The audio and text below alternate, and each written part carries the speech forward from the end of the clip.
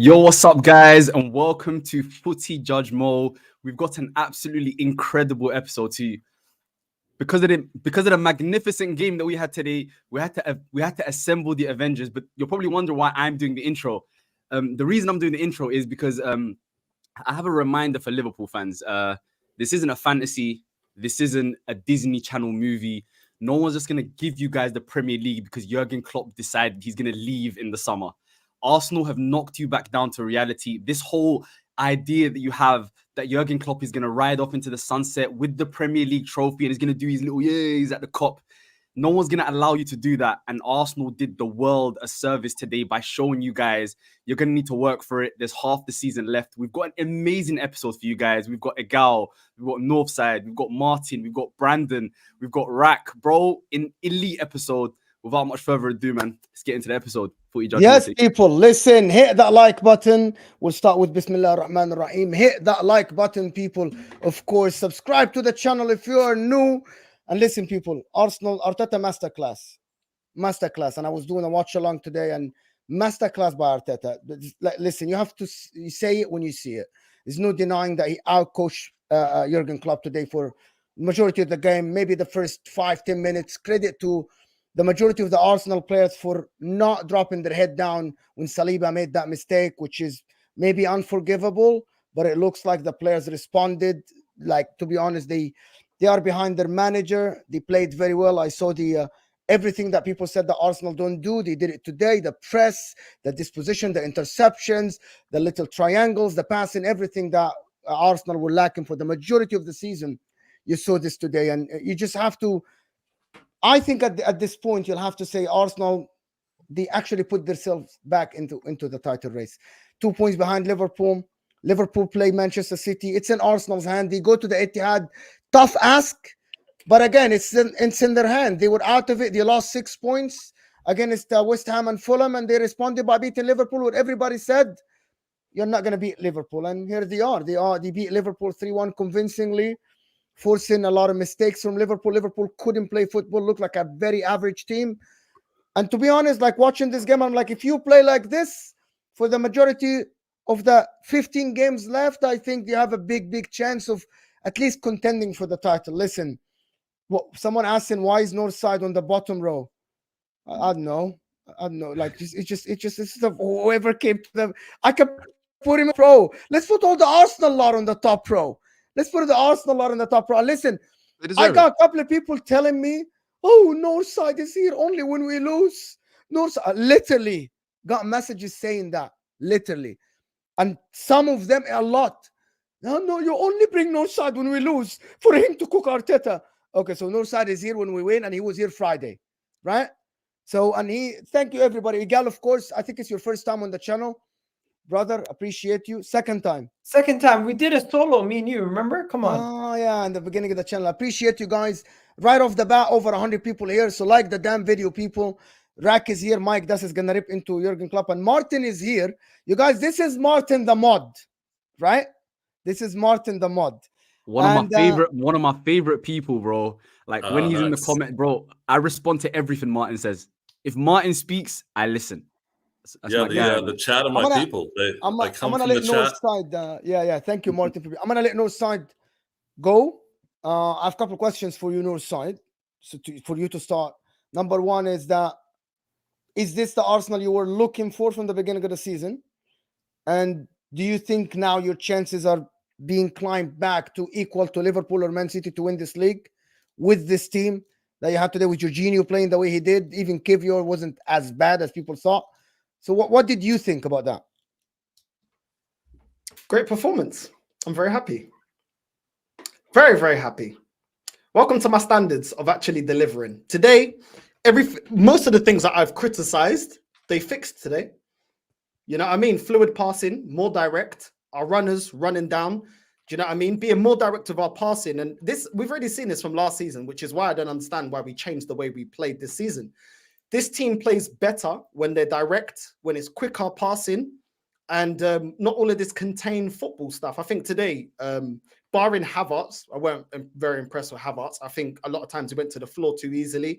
Wasn't impressed with Havertz. Don't rate him. But I think Martinelli played very, very well. I think Martinelli did very, very well. For me, Declan Rice, man of the match. Saka, very, very, very good today. Odegaard, playing the ball quicker, a lot quicker in transition, finding the front three. I think Jorginho, another player that I don't really rate that well, I think had a very good game. I think Ben White looked a lot more confident today as well, taking on his man. He just looked way more composed today. Yeah, my only issues today is Havertz and Saliba, but I don't even want to focus too much on them because I think that will take away from the overall performance. And I think today the performance was very, very good. I think we did allow Liverpool back in, obviously, with Saliba. I think he should have just cleared it out instead of waiting for Raya to come and get the ball. I think it was sloppy from Saliba. Just if you're in doubt, kick it out. You don't need to make it harder than what it needs to be. But I think overall, we definitely took our chances. Once again, we did wait to almost the 70th minute to go ahead again after their equalizer from Diaz. But ultimately, we played very, very well. We played very well, very direct. I think the substitution as well of Trossard was effective. And I've been saying this, when you play direct and when we actually have runners and we go at teams instead of going on the counter-attack and passing it back to Odegaard, back to Rice, back to Jorginho and breaking down our counter-attacks and being more direct, you see a different Arsenal and we're a lot more potent in the final third. So, yeah, man, I'm very, very impressed with today's performance. Very underwhelmed at the same time by Liverpool. I think their fullbacks, I think Gomez was absolutely shocking. Trent defensively, absolutely shocking. Their front three offered nothing. Jota offered nothing. Gakpo was wasteful. Nunes, even when he came on, wasteful. And yeah, man, Elliott got absolutely duppied by Trossard. I was very happy with the way that we played. But the same things still remain. We don't have a striker that can fill in for Jesus. I do think we were carrying Havertz to this game. I don't think he was that great. I'll keep it real. I think others around him played better. And I can give I disagree with you. I disagree with you. I don't think he played that well. That's my opinion. I don't think but I think Mikel Arteta used him well. So you don't think that Mikel Arteta used him well? At least I think Havertz done his job. I think Havertz did. No, yeah, I actually think Northside. So to be honest with you, I actually think that he knew the limitations of Kai Havertz and he wasn't asking him to do much, right? Jesus got injured, I think, before the game, right? Yeah. So he had to play the guy, and I think he won. Number one, he won the aerial duels. Some of them with Konate. He's the one who got Konate sent off. So that's a positive point from Kai Havertz today. I am biggest critic of Kai Havertz all the time. I'm called a Havertz hater. I don't think he's a good player at all. He's not Arsenal level. I don't think he's not even West Ham level. But again, credit to Mikel Arteta because he used him well. He put him in the right places and the right time. The first goal, that run between Virgil van Dijk and Konate is by Kai Havertz, which is, listen, yes, I don't think that you like him. I don't like him either, but he was used well today. Okay, I thought he was used all right. Like I said, this is probably one of my most positive reviews, so I don't want to turn it negative. I don't rate the player. We know I don't rate the player, but I think overall everybody else played very, very well. Saliba, a player that I do rate. Yeah, I don't rate Jorginho, and I said he had a good game. So I can give props to players even when I don't rate them. Let me ask Saliba, I rate really highly, and I think Saliba today was at fault. And normally I give Saliba 8s, 9s out of 10s. So I keep it consistent. Yeah, he almost handed Liverpool a point. But that's all he handed them. One goal. Yeah. The whole team, the whole Arsenal team never gave them anything. That's their one thing that they had the whole game. When you really think about it, Liverpool played for 90 minutes, and the only moment that they had was a moment where we made a mistake. Like you can't look at the whole game and just say, oh, what did Kai Havertz do? I'm talking about Kai Havertz, and I'm saying to you, he won both the fouls on Konate, got him sent off.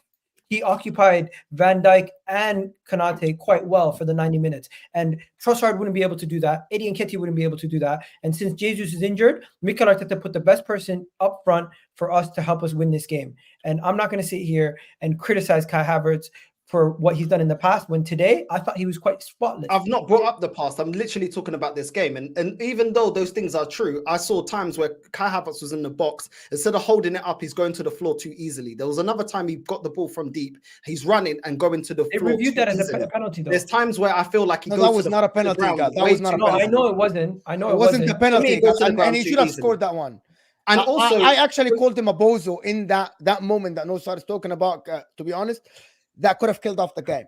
That moment, this is the chance that you got, and you're running next to one of the slowest guys on the pitch, McAllister. he should have scored that, or at least. But you want to know it was a bad something? touch. Like, Today, guys, today was not the But, game. Today's not the game where I feel like we're gonna microanalyze individuals, because this was a game where we had to win. It didn't matter how we did it. If it was a jammy goal, whatever it was, we had to win. And I felt like this in a game that we had to win, where all the pressure was on Arsenal. This is where we felt the most comfortable. We're at home. We dominated for majority of the game. We got the goals that we needed, and I felt like there was no individual who stood out that had a bad game. Even though Saliba had a bad moment, I think he still had a good game overall defensively. But if we praise players for individual moments, as in assists, goals, you also have to assess players for individual moments of bozo moments defensively for a defender.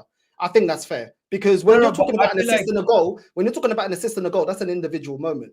When I'm talking about him not defending properly and allowing Diaz to get around him instead of clearing it, that's a bozo moment. So if we're going to give praise for an individual moment, we also have to critique if an individual moment leads to a goal. I think that's fair. But this is where I think you're overdoing it, because as a team, we played a flawless game. And Kai Havertz, replace him with anybody else that we had to our disposal today, would not be able to do what Kai Havertz did. Igal, I'm sorry. These are the words. I'm sorry.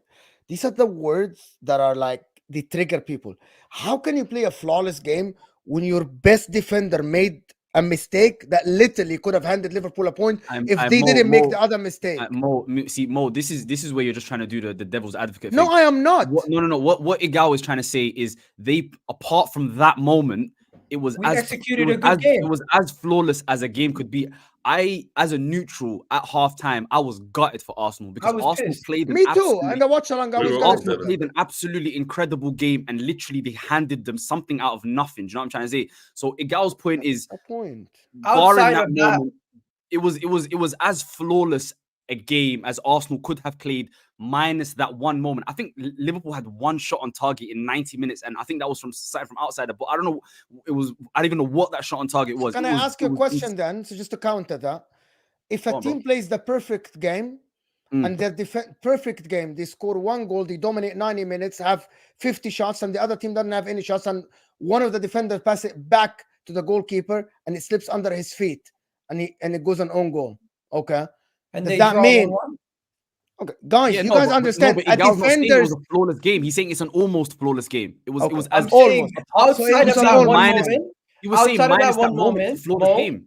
Outside of that one moment, you can't name anything else that Liverpool did to hurt us. No, Liverpool didn't. But that moment takes away. We played for the first 15 minutes of the second half. We were pretty decent. We had several chances. We didn't get a shot on target, but we had a shot from what's his name?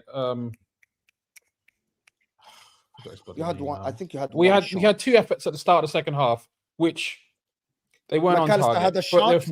But they were from decent positions. You know what? Like, don't get me wrong. I agree. I am not here to criticize Arsenal at all. Everyone's here to criticize. I think we need to make an admission about Kai Havertz. Okay. That, like, I just got defensive over Kai Havertz, but you did. You literally did. You can't say we didn't have any moments, but we did, because we did have some moments. It was 2 days ago that we were hearing that Kai Havertz is the reason that we're going to lose to Liverpool, right? I was hearing it from people. Like, the narrative around Havertz has to change. He's not going to be a world beater, but he's not going to be the reason we lose a game or the whole team falls apart, right? I don't think we have to praise him to the high heavens. We just have to get off his back, because it's been 9 months since the transfer, and everyone's just their go-to stick to beat us with when they think that stuff's going to go wrong. So, yeah, we just need to get off his back. I think without him today, we would have really struggled, because he was crucial for us getting the ball out and holding on to possession and winning fouls and making connections up in the top end. So even though he missed his shot, which, he should be scoring that 100 times out of 100, but fortunately it came out in the goal. And yeah, I think we dominated because of Jorginho and Rice. They didn't really let you guys have anything through the middle, and our defensive shape stopped Liverpool from being able to play through the line. So that all they had was a ball over the top, and we sort of mopped that up almost every time. But I would say why our attack looks better is because it is Liverpool. And I think we've built this team to play big teams. We don't destroy little teams the same way anymore, but we definitely come up against the big guys and hold our own and don't get embarrassed like we used to. So, to me, that's the progress, and that's the stuff to focus on. And as one of the people who I didn't hear more than 5 people give us a single chance against Liverpool. And for us to come through that game with a 3-1, I think that's, exceptional. Worthy of running down the touchline and high-fiving some people over. 100%. But the same thing. Celebration priest as can much cry as you can more. give props, as much as you can give props. I think with the Havertz thing is because online, a lot of Arsenal fans gas him up so much that at times people like myself have to make them realize that calm down. He isn't that terrible player. If they were more balanced, then when we got Havertz, a lot of people got very carried away, which is what annoyed me. Where it's like, bro, he's not the player that you're hyping him up to be. If there wasn't so much hype, there wouldn't be as much criticism. But at the same time, when a player is your third highest signing in your club's history, there comes big expectations with that. And to tell me that your third highest signing, all he can do is hold the ball and pass the ball, I'm sorry, that's not a good return on a £65 million player. Now, when the guy was talking about we had a very good game, two things can be true. We had a very good game, but at the same time, Saliba was sloppy and gave away a goal. Once again, in a game like we did against Nottingham Forest, we are crawling back up. We're crawling back in front near enough the 70th minute. That is something that needs to be rectified because in the first half, we should have at least been 3-0 up. We played very, very well. There was a lot of chances that Saka should have scored. That cross from Martinelli in the box to Saka, he should have scored that. Yes, he scored again. But the problem is, because we don't have a striker, which still exists in this team, certain games, we're not going to have the opportunity to come back into games. We were holding on against Nottingham Forest. Today, yes, we put them to the sword. But if Liverpool turned up the way we expected them to turn up, we wouldn't have been able to come back into the game. That's not something you can sustain for the end of the season. Missing chances, allowing teams to equalize, and then thinking that we're going to get back into the game. Because let's not forget, no matter where you stand on this club, all of us are calling for a striker. So that means that now the transfer window's closed, we don't have a striker. These players need to be more clinical in front of goal. And today we did give them an opportunity to come back into the game. We went in at halftime 1-1. And this is the thing. You can be happy. I'm happy. I'm not coming on really scrutinizing too much. I'm calling out things I didn't like and things that I think going forward with Havertz through the middle, if Jesus is out long term, I've always said is going to be an issue because he's not going to provide us enough goals. And like I said about Havertz, when he doesn't score you a goal, he doesn't bring you much. He doesn't bring you much. Today he played a lot better. He played a lot better than he has previously. But at the end of the day, we're not as confident going with Havertz up front. Saliba was a bozo. That was a bozo moment. And let's not forget, Awani, in the Nottingham Forest game, Awani, he literally turned into Mark Henry, you know what I'm saying, to our defense, just barging him off and making that goal. Literally just. Yeah, you're absolutely right. I mean, we let him easy goals so many times. The fact that we don't have a goal scorer, we need to make sure that we're solid at the back because we don't have an attack that is going to get us through the line. We had the same attack last season and it didn't get us through the line. There's been times where we needed more goals and they've missed those goals. So yes, good win. But the fact is, we still have a bench that's light and we've not addressed a striker. And the fact is, and I actually agree with you, when we play bigger teams, they give us space in behind. I've always said my frustration with Arsenal is when teams play two banks of four and there's not space in behind, we struggle to break down teams. We still need to convincingly break down teams because let's not forget we're holding on against Nottingham Forest. So beating Liverpool, that we're always going to play a high line and commit players forward, we know that we can hurt them when teams play a high line. We've done it to Tottenham, we've done it to Liverpool, we've done it to teams that do that. We still need to work on breaking teams down on the low block. Okay. Yeah, I hear that. I want to move on. I know that you want to talk about Havertz, but I want to move on. Listen, guys, 300 people here. Can we get the likes to 100 likes? Listen, Zach is saying today was the FA Cup game was finishing a little bit. I felt like Arsenal dominated the game. I think this game you would play better than the FA Cup. More control. Way more better. Seen here, Sunderland, PSV, seen tactical masterclass from Mikel Arteta, needs flower. And I want Brandon 100%. to talk to me. Can I say something really quickly? Because I really... Oh, go ahead. Can I say something really quickly? It's to address that super chat as well as something that Northside said. He said that the Liverpool that we expected to show up didn't show up. I think that was as a result of the way Mikel Arteta set up and the way Arsenal played, less than how bad Liverpool. I think this is more good Arsenal than bad Liverpool. I think the way that Arsenal controlled that game, the way Arsenal from minute one were at Liverpool's throat from the get-go and were pressing high, the way Jorginho allowed Declan Rice to go up and win the ball higher up as well. I think it was more what Mikel Arteta did to put Arsenal in a better position than bad Liverpool, because we saw Liverpool midweek, literally a couple of days ago, absolutely dismantle Chelsea. It's pretty much the same side that couldn't get near Arsenal today. So I wouldn't compare Chelsea to Arsenal. I wouldn't disrespect. No, of Arsenal course. like I'm just saying it's not that this was just a bad day at the office for Liverpool. Yeah, it's not a good result. Wait. Can I get a repeat on that? What was that statement? Sorry, you wouldn't compare Chelsea. Yeah, I wouldn't dare compare Chelsea to you guys. That would be so disrespectful. I just love to hear that. Sorry, I just wanted to hear it again. So I mean, to be honest, that would be like if I was comparing a Burnley game to a Arsenal, a Burnley game to a Villa game. Like what are we doing here? Why am I comparing those two teams? It makes no. I was just putting it out there that they looked incredible. You guys looked incredible a couple of days ago. I know that, but Chelsea are absolute dog shit. They just got walked over by Wolves. It's not a good barometer. I get it. I'm just saying. And that was at Anfield. I'm just trying to give Arsenal and Arteta the credit. I'm just saying, more than diminish what Liverpool did. I think Liverpool came with a plan. I think Arteta just came with a better plan, and Arsenal were just better prepared. And they said, we're not going to give you guys any space.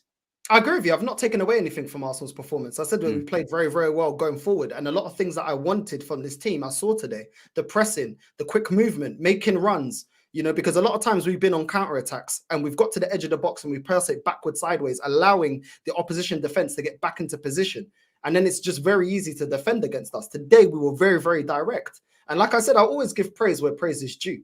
I'm not just going to hand out praise for nonsense. At the end of the day, today warrants praise. But at the same time, as much as we can be happy with the performance, there were three things I needed to be worked on. Yeah, one is the play style. And today, our play style reflected a lot more what we did last season. Very good. But we haven't addressed the bench and we haven't addressed the striker. Now, a lot of Arsenal fans in the chat are getting very triggered. Oh, why are you bringing up the negative? Well, a lot of you guys didn't see the negative last season when we were 8 points clear. And then what happened? You have to have balance. You can praise a performance. Arsenal fans are so sensitive. You can praise a performance, but still say there are things that we've left ourselves short on. And there's things that we need to now just, with what we've got, we have to realize we didn't get the striker that we want. We don't have the effective bench that we need. We don't. We were crying for that when the transfer window is closed and we've not addressed that. So let's keep it real. But at the same time, I can still sit here and say that was a great performance. We did what we needed to do. I didn't expect us. I'm happy that I was proven wrong. Yeah. So hold that. I'm happy that I was proven wrong because I didn't expect us to win today. Yeah. And I hope the thing is I've been proven wrong against this game. I hope I'm proven wrong at the end of the season and we get it over the line. Because if we don't win the league, it's irrelevant. It's just a game that we won. So I hope here's where I disagree, because I agreed with everything you said until the final point where you said it's irrelevant. Because this win is important for us based on the fact that we need to push on. We've just come off the back of a rut. This win is important for right now. The momentum for Liverpool was ridiculous. They've won every single game bar that Tottenham game where they dropped points. So them losing this game negatively affects their momentum slightly, maybe. Where Arsenal, we've come off the back of losing to Liverpool, losing 2 games early into the new year, back end of last year, and now we find ourselves in a situation where we needed to win this game. Mentality-wise, people always question our mentality. These kind of games, can you win it? Can you show up in these big games? Not only did we show up, we showed everybody what we are made of and what we're capable of doing. So as much as you're saying, if we don't win the league, this was all for nothing. Well, this is the bedrock of how you build a good team. No, I said if we don't win the league. If we don't win the league, because so far we lost to Newcastle, then everyone said we're back when we beat Burnley. We lost to Aston Villa, everyone said we're back when we beat Brighton. We lost to West Ham and Fulham, then they said we're back after beating Crystal Palace and Forest. Going up against this Man City team, we need to be 3 wins on a bounce. We need to be consistent. Yeah, but we dropped points in a couple of games as well. We could go 5 games. You're still 2 points behind. You're still 2 points behind as well. Yes, that's fine. But we were 8 points in front with a cushion last season and we dropped it. What I'm saying is you have to use this game to then continuously win games. We saw last season, a prime example, 93% top of the league, and ultimately they still clawed it back. The thing is, this game will be have to mention the striker. This game will be important. This game is only important if we kick on from it and we use that momentum to win against West Ham and win all our games, because that's what it takes to win the league. If we don't, I think this game's important for momentum though, because that's what I'm saying. I don't think that there's no bigger game than this one for Arteta that I can think of as far as just like a straight up league victory. I think this was a massive victory, bro. I think this is the biggest victory that Arsenal have had in years. I think this is a massive, massive win.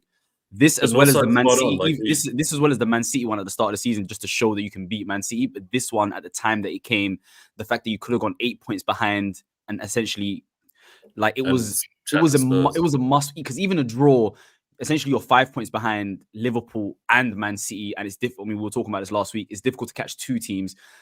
The fact that Arsenal came through when the biggest criticism has always been Arsenal will under pressure, Arteta under pressure. Like it was, I think this game showed a lot of people, including myself, a lot. I think I understand Northside, you have to continue from it. This means nothing if you go out and lose next week or you drop points in the next game. But I'm saying like focusing on like today, like forget the past, forget next week. I'm talking about today. This was one of the most impressive performances from a team under the situation or the circumstances that I've seen in a very long time from anyone. It was incredible today. We created some of the most big chances against Liverpool this entire season. Like, when was the last time we had 6 big chances in a Premier League game? I know statistics, sometimes people don't like it, but this is a team that was struggling to create chances. This was a team that was struggling to finish their chances. This was a team that was struggling to gain momentum in games, and there'd be moments where smaller teams would be on us and we'd be struggling to keep ourselves composed defensively. We were mostly defensively flawless for majority of the game, bar that one silly moment. And I'm coming off of a game versus Liverpool at home, a team that is top of the league, 5 points clear of us to start the game. And we've now swung a 6 point. We've had a 6-pointer where we swung the gap. This is a massive win. And no matter what happens going on to the rest of the season, this is a big mentality hurdle that we've just gone over as a team. Before we go on, guys, welcome everybody that joined from Osam's stream. Guys, get the likes up. Guys, hit that like button if you just walked in. Get us to 200, 250 likes. The like button is underneath your live chat. The super chat from Aya here is saying, you cannot say a win against Arsenal that is used to beating us is useless just because you want to protect your ego. I don't think he said that. He just said that we need to build on it. And if we don't build on this... They're sensitive. No. But to be honest, I get what Northside is saying. But in the same time, at the end of the season, if Liverpool don't win the league or come third at the end, I think people aren't going to say, yeah, but they beat Man City and Liverpool. Nobody's going to say that. People will forget about this game, right? The reality is it's a bit of both, right? It's a bit of both because, yeah, look, as a confidence boost, even though Arsenal beat Liverpool at the Emirates last season, they've shown they can beat a big team. But in the context of this season, if you don't win the league, then just like any other result that we drop points in, to be fair, you can say that about any team.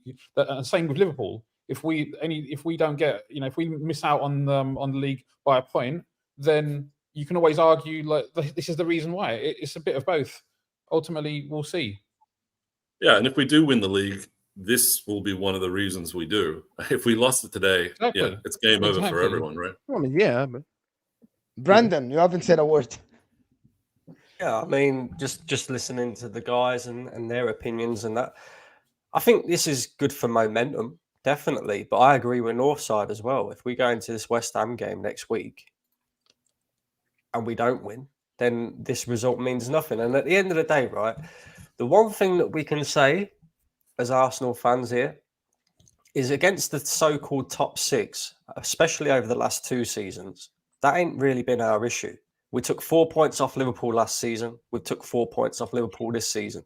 We took 6 off Chelsea. So far, we took 3. We took 6 off Tottenham last season. So far, we took 1. But, last year, Liverpool weren't very good, though. I know, but the point is, right, is we took these points off the so-called top 6 last season, still didn't win the league, right? So I look at this and I'm not necessarily... sitting here saying we can't do it. But what we do need to do, and this is where I agree with Northside, where Mikel Arteta, in terms of his tactics and in terms of how we set up and all that lot, will be scrutinised, is when we come up against the teams that play low blocks, because that is where we tend to struggle. When you got teams that open up like Liverpool and that, we can break these teams down. We can destroy teams that play high line. We did it for the majority of last season when teams didn't respect us or see us as title contenders at the beginning of the season and they came out against us. We destroyed them. We was ending games by half time. In terms of today's performance, I think the game was won in the midfield.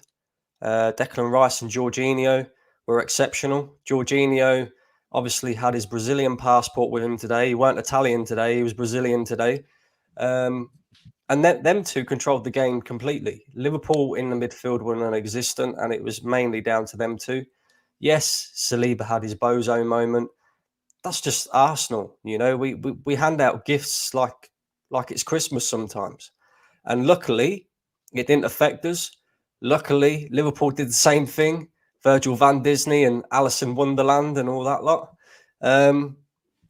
And Trossardinho comes on and wraps it up for us. But yeah, it was a much needed win.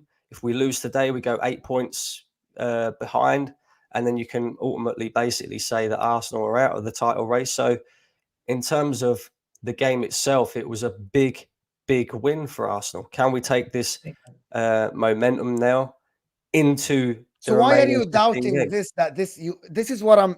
To be honest with you, your 3-game winning streak, you played first away, you broke them down, you won the game. Yes, you won 2-1. But why are you doubting them now? Because Mo, like I just said, against teams that open up against us, that play high lines, that is not our issue. It's when we come up against the likes of, I don't know, but West Ham. That's the same for every team, right? Like the low block is a low block. It's like the thing in football. It's why people play a low block, because no one has like a solution for it. It's just a pain in the ass. All you can do is lob balls over to a big guy to head it in, which is not going to be Kai. Or you just try and break through the middle with like intricate passes. Yes, so and I understand that, but we've seen Arsenal against low blocks this season, and that's where we've become unstuck. The likes of Fulham have taken points. Not this season, like forever. As long as since I've watched Arsenal, like Wenger days, we would dominate teams and they'd sit in their box. That doesn't take away the point, right? That, like Northside said, and I think you'll all agree on this. We don't have a striker who can score goals consistently. So when we come up against low blocks and we struggle to break low blocks down, when you haven't got that striker in the middle who's a consistent goal scorer, that's where the element becomes, this is a tight game and it shouldn't really be a tight game. Look at Arsenal against West Ham, before Christmas. 33 shots on goal and we didn't score. We scored, what, 1 or none? Whatever it was, right? That's where this league is going to be won or lost. It's not games like today, because yes, today was a massive game and we needed to win it. But today could have lost us the league. Today could have lost us the league. You're right, Agal. But at the same time, if we're to go on and win this league now, we need to find a way of breaking down these low blocks. We need to. This is but we can't deal with that today, guys, right? No, we've got an issue.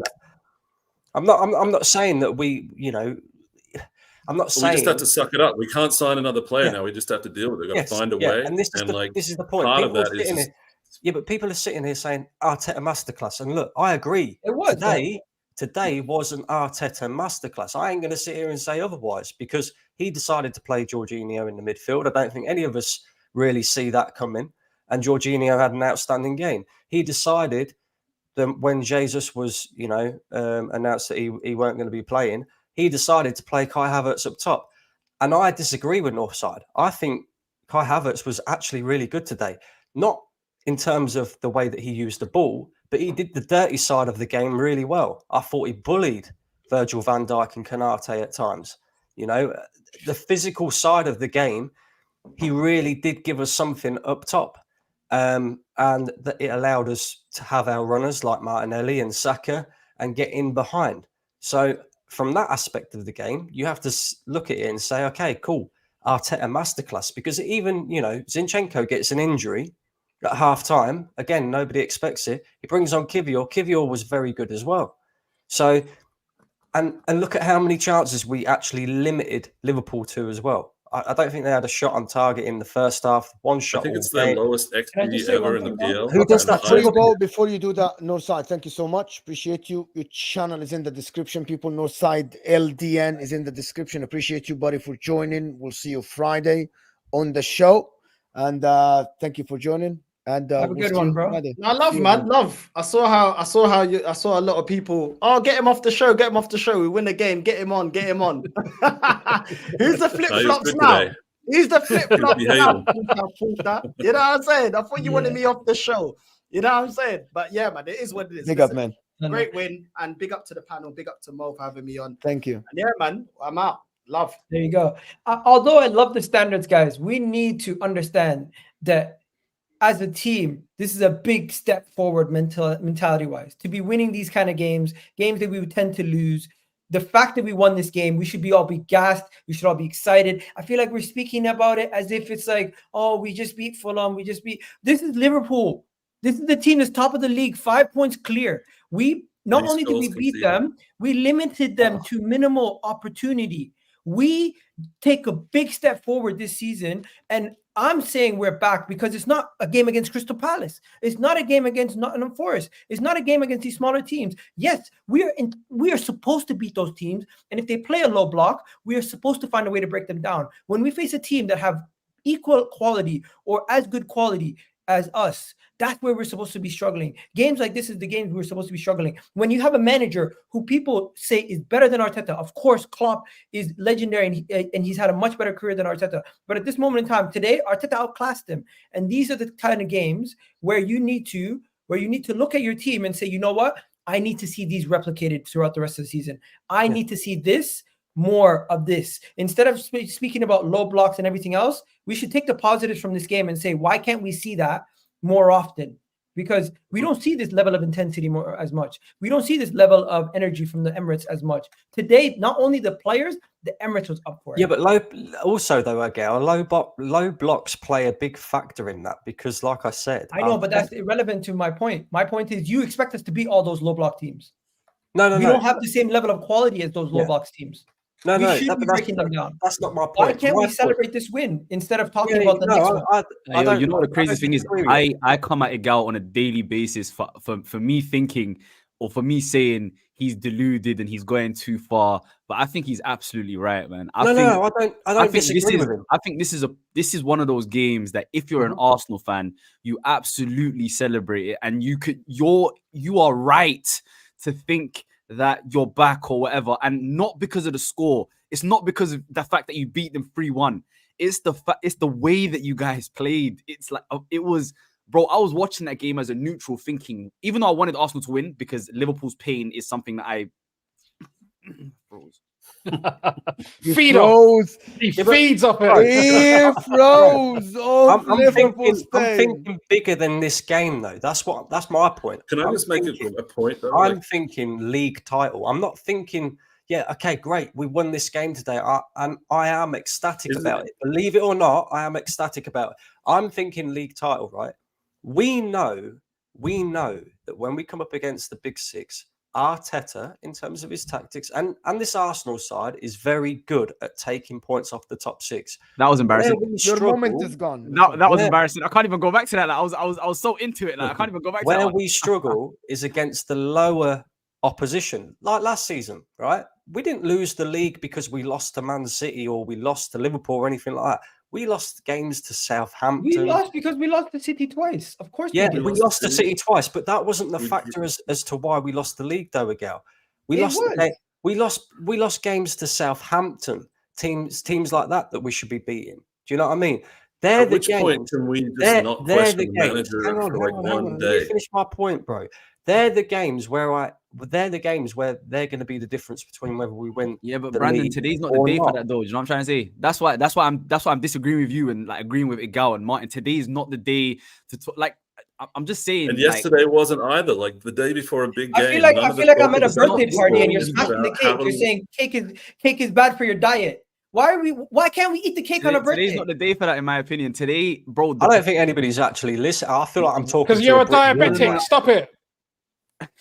You're party pooper. To a brick wall right now. You're pooping on parties. No, Brendan, I am listening to you, and on any other day, I'd hear it. But I'm basically saying, why can't we enjoy this and say this is going to push us on? This is a momentum moment. Do you want to win the league this season? Yes, and I think games like today push us on to go win it. So do I. And I don't get it twisted. I am ecstatic that we won today. But I'm thinking bigger picture now. Can we win this league? Yes, but we have to continue on like this, and we have to find a way of breaking down low blocks because we're going to come up against it in the next couple of weeks. That's all I'm saying. Apart from that, okay. So how people that don't believe in the manager expect for us to win the league? Martin, let him finish and then you respond. Every single player for Arsenal today was absolutely exceptional. We dominated. The manager got everything right, and Liverpool were in the mud. Simple as, right? That's how I see today. I couldn't be more happier with the performance that Arsenal showed today. But I want to win this fucking league, yeah? And the only way we're going to do that is if we beat the smaller teams and we do not mess up like we did last season. That's all I'm saying.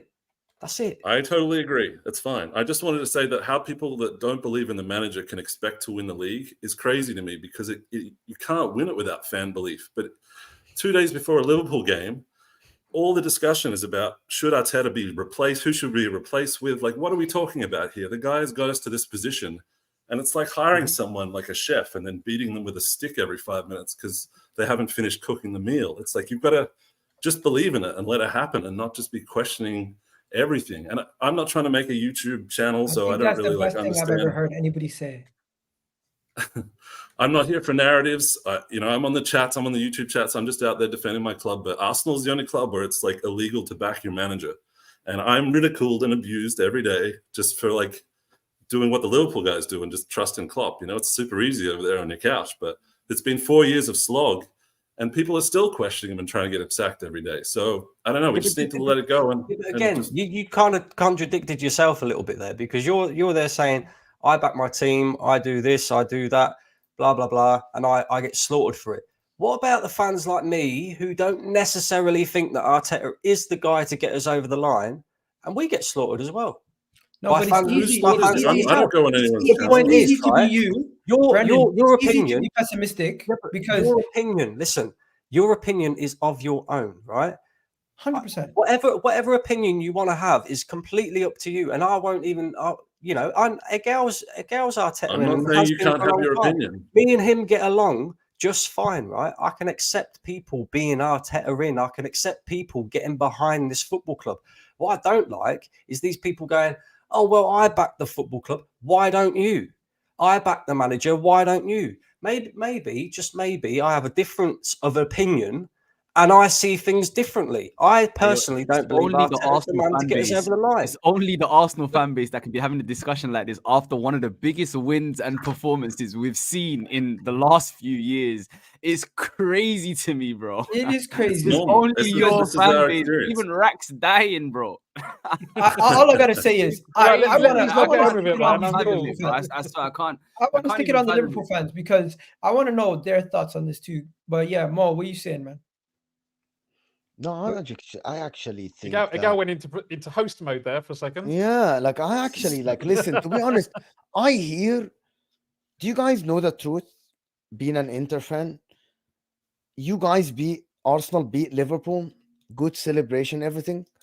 But I hear Brandon's argument completely. Do you know why I hear Brandon's argument? I'm gonna ask Egal a question. Egal, do you believe you leave this game today out of this? Do you believe you are better than last season? No. Okay. Do you believe you're not in a better situation? Okay. Do you believe Do you believe your team this year have a better chance than last season of winning the league? No, because there's two more teams. Martin, I know what you watched. I know what you watched, and I know where we're going with. I don't think we're in a better situation than last year because last year we were ahead. And there was only one team in the race. My point is, this game is absolutely fantastic, and I was impressed by Arsenal. Arteta's masterclass, and I put in the title that he proved people wrong. He literally proved doubters wrong, right? But you guys don't think, and I'm gonna ask Martin this because you are one of the most realistic and optimistic people at the same time. Don't you think that Brandon has the right to be skeptical a little bit after watching 22 games where it was worse than last season and he didn't win the league? 100%. Don't you think he has the right? 100%. I think he has absolutely the right to have his opinion.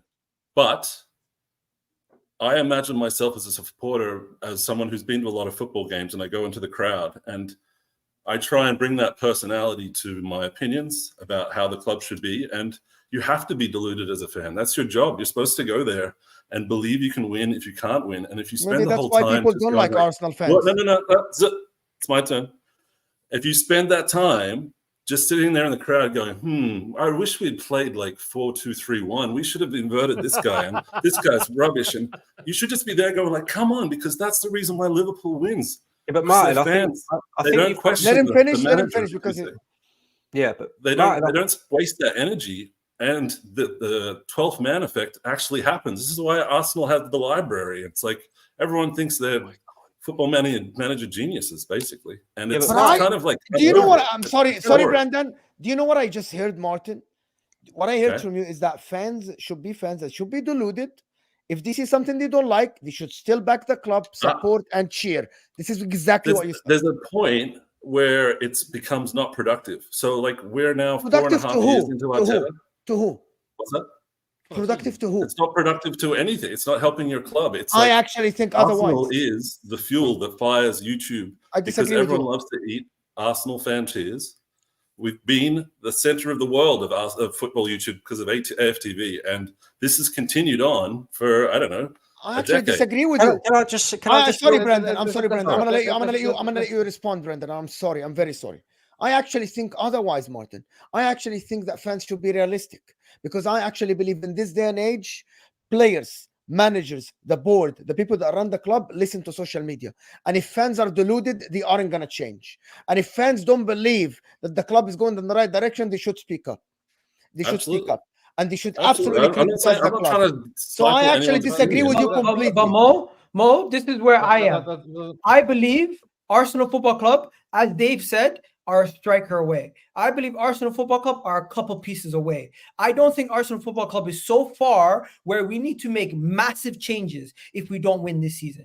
Because if we don't win this season, we go get that striker, we go get that extra piece to the puzzle. Guess what? We now have a complete team. We're in a better position to win the league. But if we sack the manager, we start from square one, in my genuine opinion, because the structure of all revolves around Arteta. I agree with you. In this, I agree with you, because I said... Mo, do you think it's realistic? I'll tell you for free right now. Brandon wanted to respond, but yeah. Martin, you asked me a question. Go ahead. Okay. Sorry, Martin. Sorry. I just wanted to make it very clear, right, that my opinion, what I give before games, after games, and whatever, right, I don't want you to ever get it twisted and think that when I scan my ticket at that turnstile and I go and watch Arsenal at the Emirates, right, I don't want you to sit there thinking that I'm one of these who's in the crowd just going, oh, yeah. Because as soon as that telly comes on and Arsenal are playing, or as soon as I'm sat there in the Emirates, I'm behind the team, I'm behind the manager for the full 95 minutes or whatever it may be. Afterwards, when I'm asked to come on YouTube and give my honest opinion on what I think, that's what I do, bro. That's what I do. Fair. So it's not a case of I don't back this manager, I don't back this team, full stop. Because when that game is playing, I'm there just like every other fan, giving it big guns, cheering on Kai Havertz, cheering on Odegaard, cheering on these players that I don't necessarily rate. But when it comes to being asked of my opinion, I say what I think, bro. That's it. See, but I'm not talking about you, Brandon. I don't see you. You're not a problem. I think everyone, even like Lee Gunner, is entitled to their opinion, right? But when the conversation is only about our manager, and it's not just Brandon, it's like every rival that's desperate for any kind of like bad Arteta slander. It's kind of porn for them almost. Yeah, you know what the narrative was today. The thing is, I don't think you can just say it's just an issue with Arsenal, right? Because everybody, and certain people on here included, everybody is rejoicing at Chelsea's demise. Everybody is screaming. Everybody was laughing when Graham Potter got sacked last year. So it's not a thing about any one club. It's just a thing. But it's boring with Chelsea right now because they're in the mud. There's nothing left to suck out of that Chelsea. Before you go on, Martin, just like Liverpool have been in the mud, just like United have been in the mud. There is no difference. There is no difference when it comes to. There's no point in saying that everyone is just rejoicing just because it's Arsenal, because it's not just because it's Arsenal. Yeah. But Rack, before you continue, I'm going to let you continue, Rack. Martin thinks Arsenal are the most hated club. No, but they're not the most hated club. They're not the most. Listen to Igal, Rack. See, based on what? See, I know you built your argument, Rack, but I wanted to stop you to let you know that Martin thinks, and he's entitled to his opinion, and Igal thinks that Arsenal are the most hated club. That people wait to talk about Arsenal. Because the social media era. We are let me explain. But don't give me the AFT. Don't give me the AFT reason because that's nonsense. No, there's multiple reasons. But go on. What are the reasons? I would say that City didn't care about us until we became relevant, right? And then there's a fight to make sure that we're not relevant. Your rival. Okay, we didn't have a problem with City until 2 years ago, and now like every City streamer is super hate watching Arsenal, and Hamza's making a TikTok video about us every 5 seconds. Liverpool, we like Liverpool. Liverpool and Arsenal. It's not Arsenal. It's the fact that you're rivals. You're rivaling them. It's not the fact that it's Arsenal. It's the fact you're competing against them. But that means that I have to come on and watch a stream. Every panel, it's full of Arsenal haters. Igal's the only one that doesn't hate his own club out of all the Arsenal representatives that I've seen, and it's our rivals plus Arsenal fans that hate the manager, and it's this echo chamber of negativity that's why I'm fighting. On the manager, Martin, right? Let me just give you a difference of opinion of where I'm at, right? There's a certain guy. I stopped you, Raquel. There's a certain guy. Do you think Liverpool's more hated? Because Arsenal fans, sorry, Brendan, because this is a very sensitive topic. Because literally, some Arsenal fans think that their club is the most hated club. Think that. Listen, the reality is a lot of people hate Barcelona, a lot of people hate Manchester United, a lot of people hate Real Madrid, but when it comes to just social media presence, I see the most hate for Arsenal. You're an Arsenal fan, bro. Listen, even take Arsenal fandom out of it. Even take Arsenal fandom out of it. Look at Jamie Carragher right now. For example, that's because he has his social media. Bro talks shit about Man United every 5 seconds. He talks shit about Man United every 5 seconds. Let me respond to Igal real quick, innit? Igal, the reason that you see Arsenal hate is because you're an Arsenal content creator. So everyone that doesn't like Arsenal, you're going to see it. Do you know what I'm trying to say? I'm sure it's the same with every Liverpool content creator. They're gonna think everyone hates them. You know what I'm trying to say? Although I do think Liverpool fans are the most sensitive human beings in the world, but that's a conversation for another day. Sure. Mo tried to throw me under the bus there and then didn't really let me explain it. But basically, no, you have the right to explain. Villa, Go ahead. West Ham, you name it. Any club out there hates Arsenal because either they want to be where we are or they want to tell us we're shit because we haven't won a UCL. And it's just how it is. We can't change that. But I don't want to keep like jumping on Arteta as if he hasn't proved that he deserves a chance. And that was my point. Like, you can't have a rational discussion about it because everyone has their own priors, and those agendas affect every single opinion that people give about even just a small match. Yeah, and I just want to say the fact that Arsenal haven't won a Champions League and people laugh at you about it that's got nothing to do with them hating Arsenal. It's the fact that they find it funny that you're arguably the third biggest team in England and you haven't won the Champions League. And little old Chelsea, who basically he's slandering me right now, won it twice. That's just a funny thing about football, but it's not to do with Arsenal hate. But I'll tell you something. I'm just gonna say this. The reality is, I feel like the context around Liverpool, they recently won. City, they recently won just last year, did the treble. Manchester United, even though they haven't won in a long time, they've won it more recently than we have. Because we haven't won a major trophy like the Champions League or the league, until we do that, people will continuously criticize us. And Martin, unfortunately, that's the banter of it, though. That doesn't mean Arsenal are the most hated club. No, there's nothing wrong with that. I'm just stating the obvious. One point, right? Liverpool fans were criticised for not having won the league for 30 years, right? We win the league, and now what they criticise for? Oh, you've only won it once. Won it once in 33 years. What do you want, right? What do you want? Nick, one day when Arsenal win the Champions League, no, right? But okay, does Tottenham hate you? Still say, oh yeah, but does you've only won it once. Villa hate you? Does Chelsea hate you? Liverpool is like nobody to like anyone but Man United and I guess City right now, right? And me. And you. I don't know why Napoli, but whatever. I'm sure someone can find a more hated club. That's not really the point. I just mean that like the discourse around Arsenal is not from a non-biased standpoint ever. Can I say one thing more before you go? Tell you why. 2 seconds. Let me just say one thing. I need Brandon to go, and there are super chats that are really related to what we're talking about. Okay. Like really related to what we're talking about. I'm sure let me tell you why. Let me tell you why we would sit here and say that Arsenal are probably the most hated club. Our fan base is a big part of that. Because we have this chest. Yeah, a lot of our fans have this chest. Like we are the most successful team in England. Like we win major trophies every single season. And don't say that ain't true, Miguel, because there are people out there that support Arsenal. No, people blame me. I know. Oh no, Igal, you are definitely one of these guys, by the way. Yeah. If there's a neutral that hates Arsenal, you have played a massive part in that. You specifically. I try so hard to like Arsenal. I wake up to your TikTok and dislike Arsenal that day because of you specifically. It's the truth, though. Like there are a lot of fans that make out like we are better than what we are. Yeah. And I'm not one of them. I said Liverpool are better than us. And just back to your point, Martin, about the manager, right? But just you think you are one of the best teams in the world, aren't you? You think you're one of the bigger teams in the world? Yes.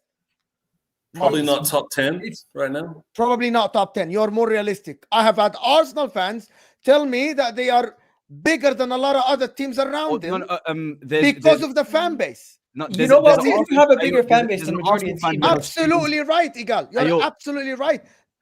Mo, who does streams. I'm not going to say any names. Who did a combined 11 with Real Madrid and had more Arsenal players in that combined 11. I'm not going to say any names, bro. No names. It's just and then they wonder why people dislike Arsenal. Because the great Real Madrid have less players in a combined 11, but no names. I can't recall who it was that did that. But yeah. Okay. By the way, you know what I hate though? I hate the fan base more than you guys because every day I wake up and I've got to. It's like talking to someone that's on suicide watch. Yeah, I thought Martin. I thought you hated me for a while. Ready to jump off a bridge around here.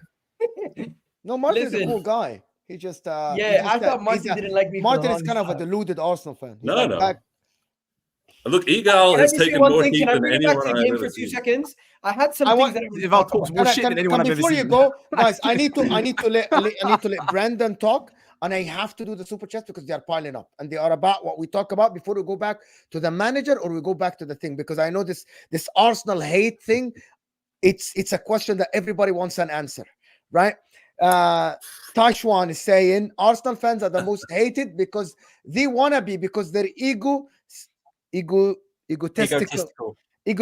and think they're bigger than what they actually are. It translates to what we say. It's exactly that, which is what Brandon was just saying. Taron here is saying Arsenal and Man United have two of the biggest global followings. Fairs. Only natural that Arsenal will have some of the most haters in the world. Fine, that's absolutely fine. Great. But I think you having a big fan base doesn't mean you are compared to Real Madrid, for example, or Barcelona, or I can name others and then you will get upset. For example, Inter, for example, I actually don't consider Arsenal at my level at all for trophies wise. And it has nothing to do with me hating on Arsenal at all. Like, I don't consider myself on Liverpool's level. Liverpool won 6 Champions Leagues. I won 3. My club. It's that. But Arsenal fans sit here and tell me your club is shit. They tell Barcelona they are similar to them. Literally, they said that.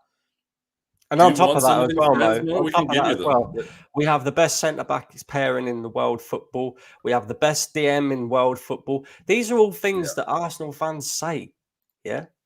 And let me do this. Let me finish this and then we'll deny it because it's true. I need to do this and then no names though. We're not going to say any names on this podcast. Seeing Sunderland and Arsenal are the second most hated. Go look at Sky Sports today.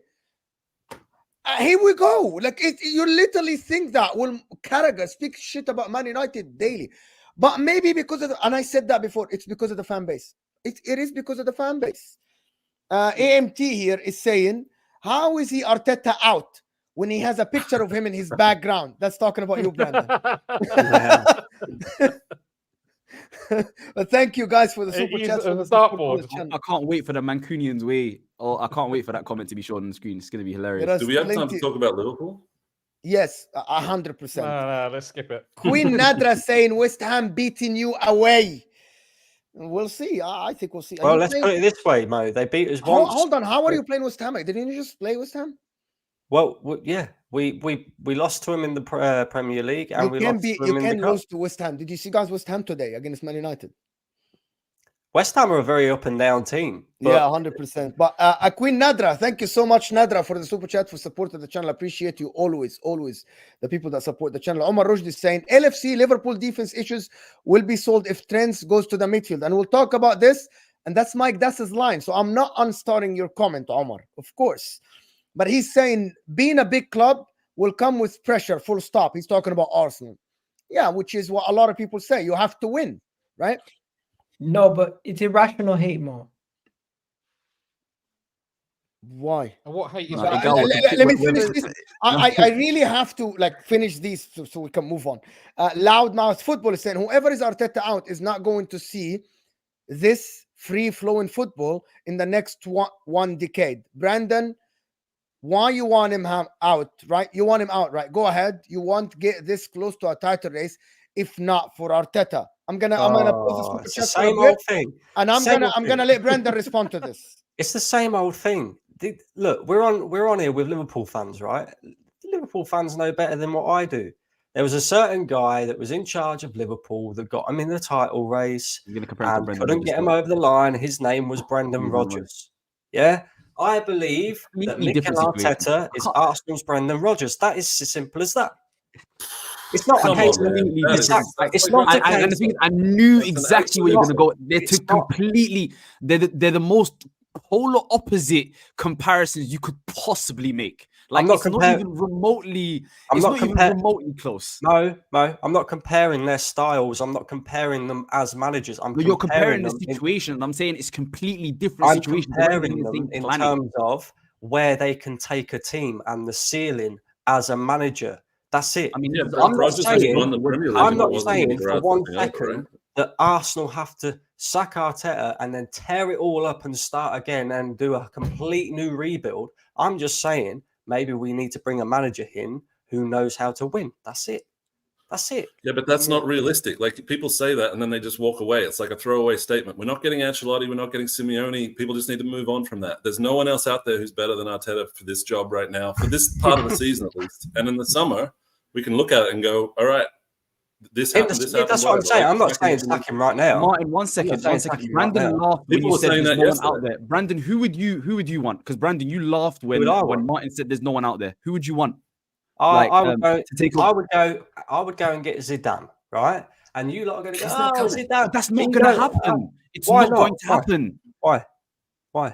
He's rejected so many jobs. It's probably because he's waiting for a massive. He's not going to come to Arsenal. Okay. Let's be realistic here. Okay, let's name some winning managers. Name as many as you want, and I will tell you why that is either not going to happen or why they're not better than Arteta. By the way, hold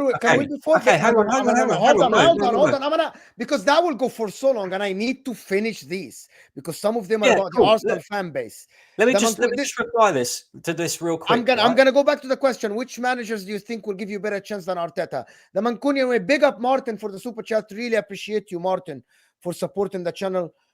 Most hated club. Try being a City fan. No history. Trophies mean nothing. Glory hunting. Crisis video on one loss. Trending number one with nothing about us. Igal does hate videos on City. Martin, big up. One second. He's taking the super chat to respond to him. You know what I mean? No one cares about one second. No one cares about Manchester. Let's be honest. No one cares about Manchester. You're a cool guy, but I'll tell you this right now. I don't do hate videos. I do reactions to your games. If you lose or you drop points, I'm gonna celebrate it. That's the reality. We're in a title race, right? At least we were last season, and this season, you guys have been below par, but you're still in a title race. So of course I'm gonna celebrate your losses. It's not a hate video. When you drop points, I'm gonna speak about it. A hate video. Spurs fans are literally City fans. What? Spurs fans are literally City fans. This season, whenever Arteta's in a title race or Arsenal's in a title race, they're not hated. Everyone, they either don't care about City or they're the second team and they're happy for them to beat their real rivals.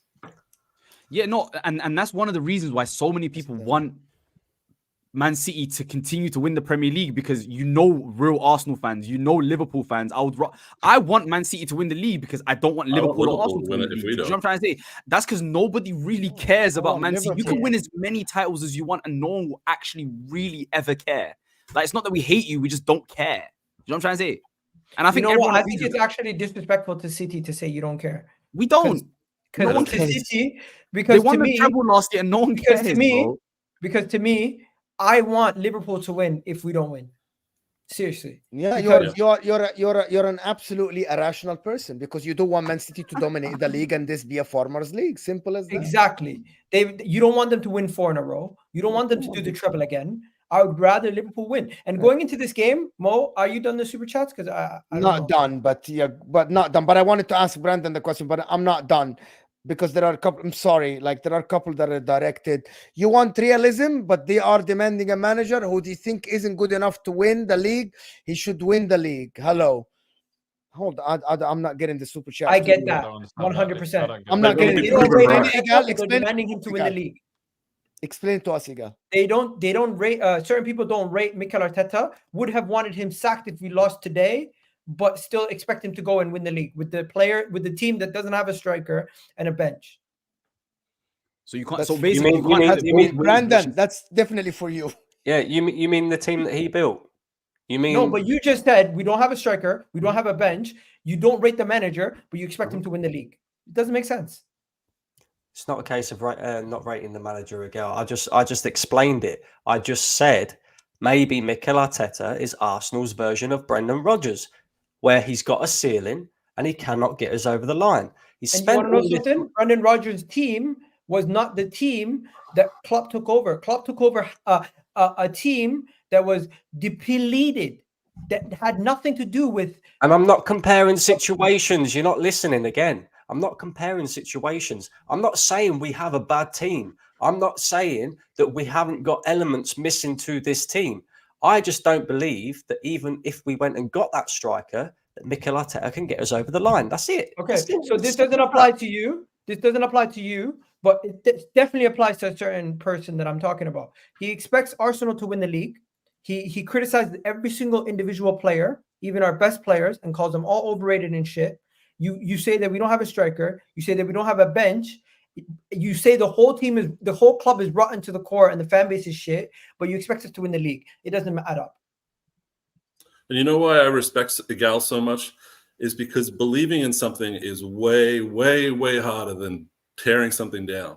And it only takes like a second for someone to go from like, yeah, I believe, to like, this sucks. This guy needs to go. My club sucks. And it's like a defense mechanism so that if Arsenal does embarrass the fan, you can go, well, look, I always said this guy was rubbish. But like believing means you've got to sit there and you've got to take hits for the things you believe every day. And Igal's done that. And fair play to him because you've been in the lion's den everywhere you've gone. I actually think that it's harder to say Arteta out than actually Arteta in. No, excuse me.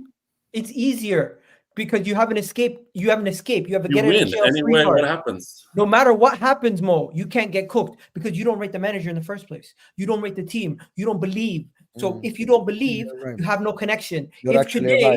If today, Martin, one second, Mo, Inter, we're facing Man City. Did you believe you're going to win that Champions League?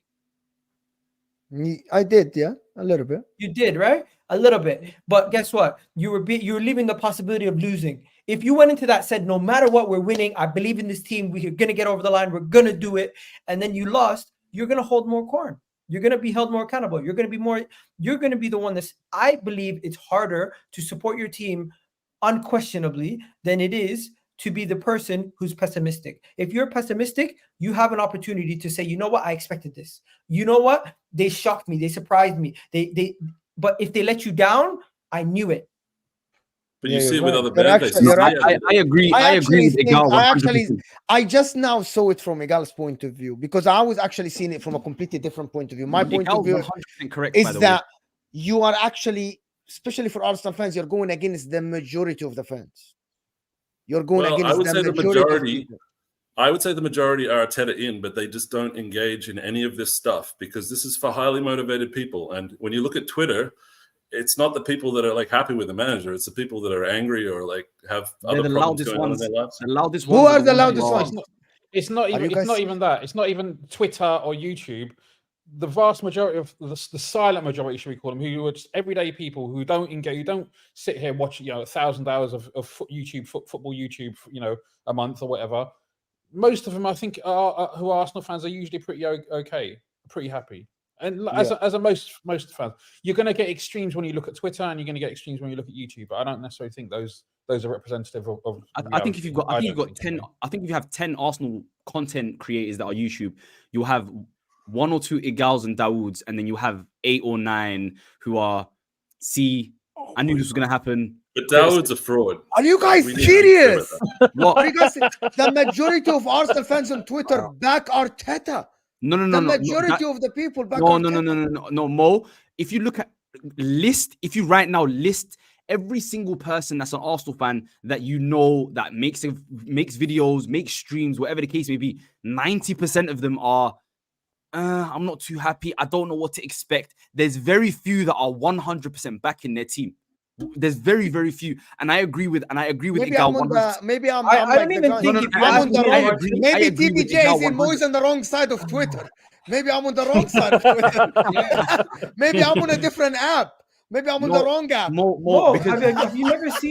Have you never seen people responding to my tweets saying like making jokes or cussing me or cussing Martin or Igal's a meme at this point, bro. Like Igal's a meme at this point.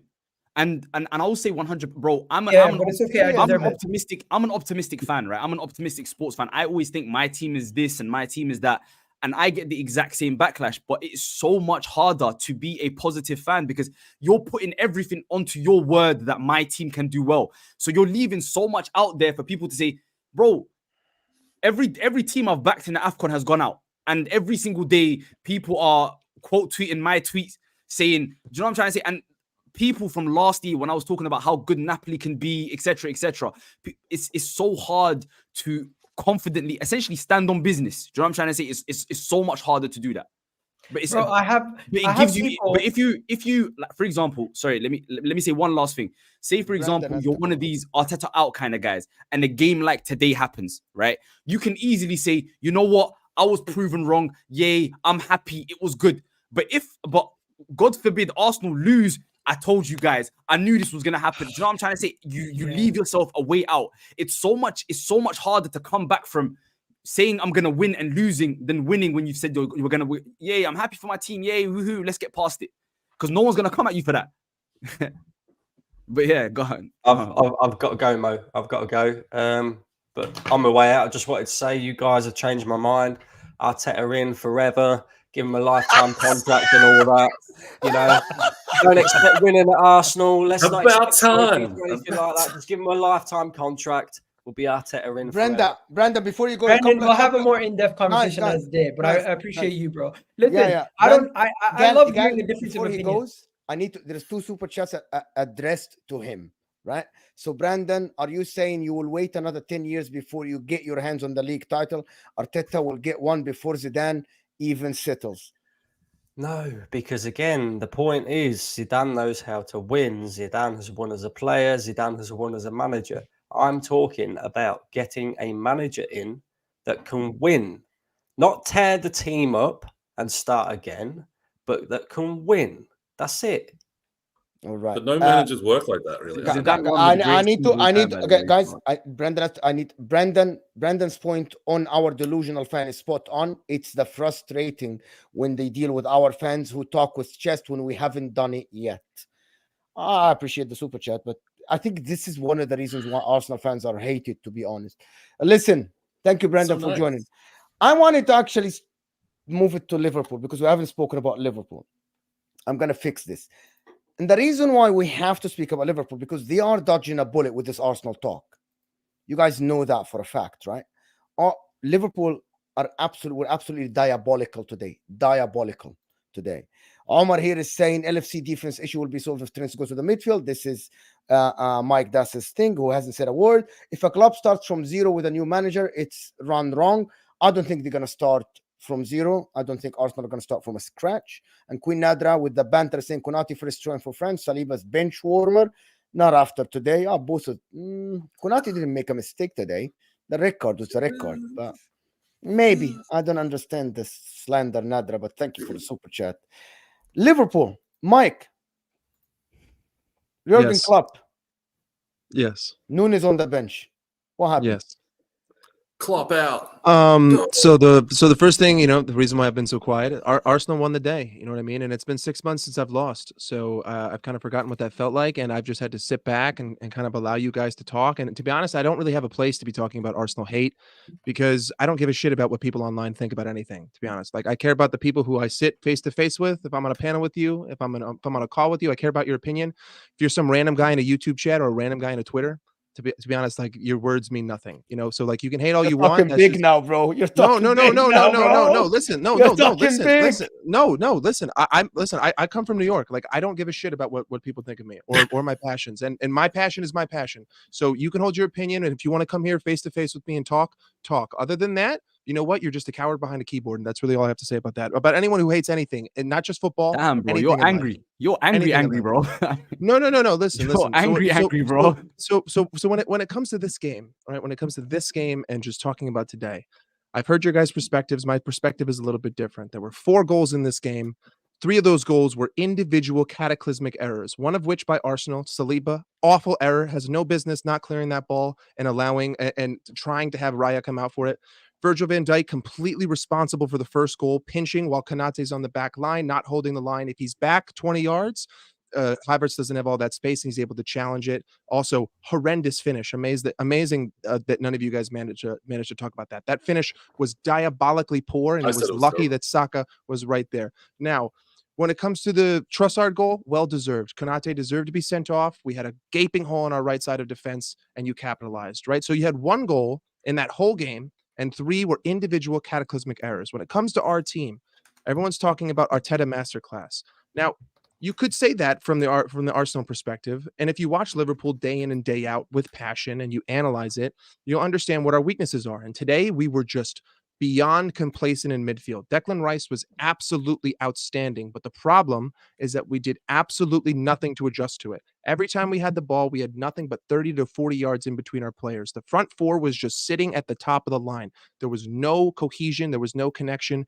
Konate and Virgil van Dijk probably had 4 times the amount of touches than anyone else on Liverpool on the pitch, which is just disgusting. And that's old Liverpool. That's last year's Liverpool that I think about. When I look at last year, I see us playing teams 70, 75% possession, and every single chance in the game came from the opposition. It was the Brighton game. It was the Wolves game. It was every other shit performance that we put in against lower quality sides where we dominated possession. We got absolutely dominated on the pitch. I think that Arsenal were the better team. I don't even think that that's a debate, but I think that a lot of that has to do with the energy that the players had. We were losing every 50-50. We weren't going after loose balls. We weren't able to cope with the press. No one was able to kind of create a hold on the game. Trent wasn't inverting, and he was playing as a traditional right back, which I disagreed with. And I think it essentially rendered him completely ineffective, offensively speaking.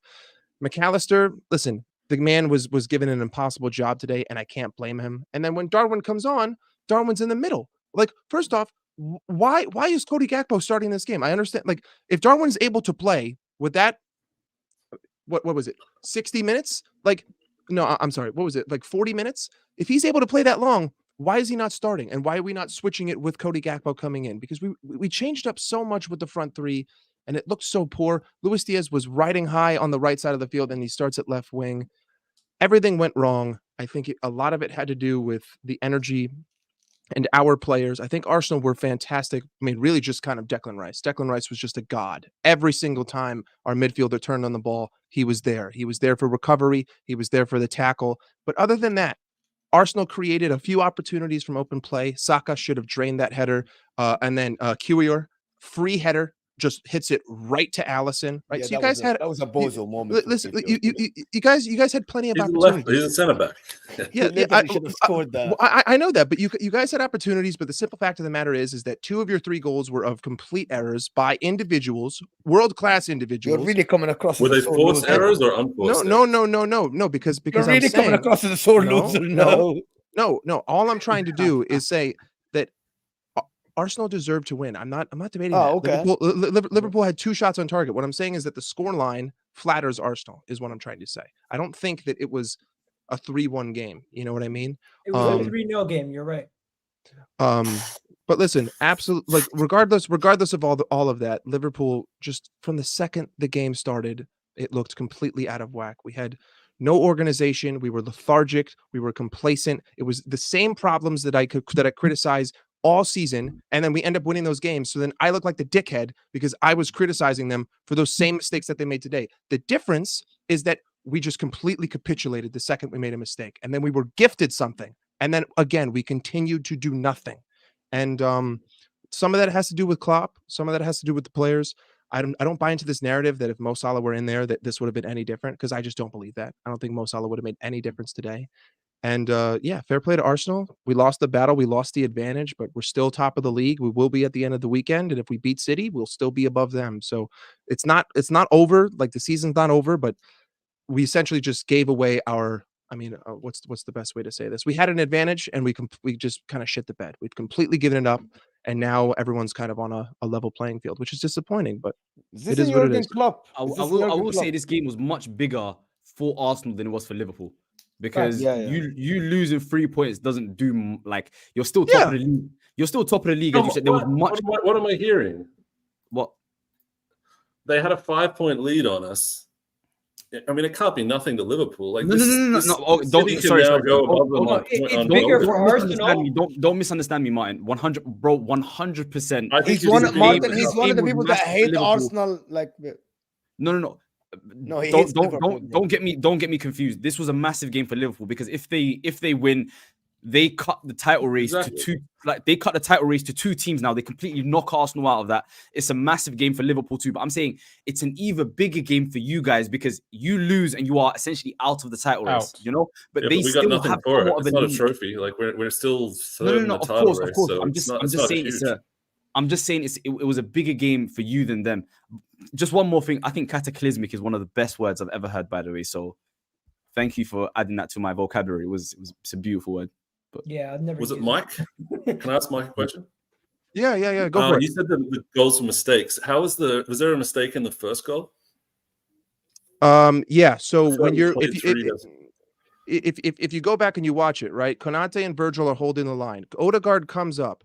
Virgil has absolutely no business pressing Odegaard, because Odegaard had space, but that doesn't matter. Like, just give him that space. Give him the 10 yards of space. If you pinch, Kai Havertz comes in behind you. Konate is not there. Konate's on the right side. Trent is not to the right of Konate. The second he pinches, that leaves the space for Kai Havertz. That was a completely unforced error, because listen, I know that you're going to make the argument that Odegaard forced it, but I'm just saying, from a world-class player, Virgil cannot make that mistake. He cannot make that mistake. Havertz forced it by making that run. Like, Havertz made that run in behind.